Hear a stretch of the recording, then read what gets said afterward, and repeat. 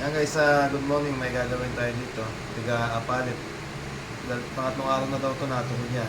May naka-dislocate pero may konting fracture dito. Yan. Pero tutubo naman to guys. Basta nalay na mabuti. Tutubo to.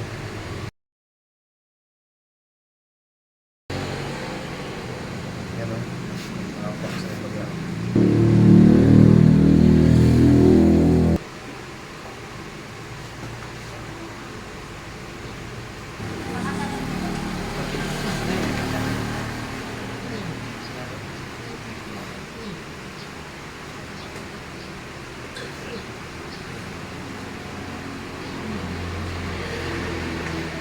Natin yan.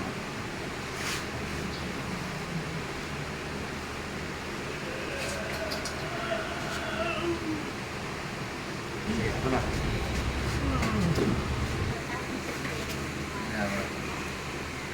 Sa na-align ko na bigyan ko ng support na yung police at nakasing ko na kung magtatanggal ito. Samantala, mga 1 week lang ng mga kasi naka-apit siya. Ganyan, para tumubo yung inalign ko. Magkalaman siya. Panay ka salit-salit yan, mga makikita nyo. Diba? Ganun na. Okay guys, sige. I-update ko kayo pag sa check-up ko. Itatanggalin natin yung pagka-casting ni Kuya, yung biligaw ng brace. Tingnan natin yung sitwasyon niya. Okay. Tanggal na ito. Sige, nawa mo na. Tatanggalin natin.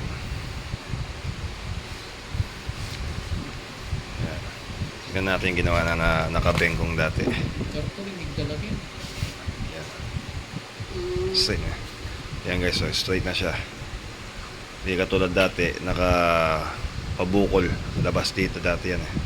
Pero ngayon, maayos na.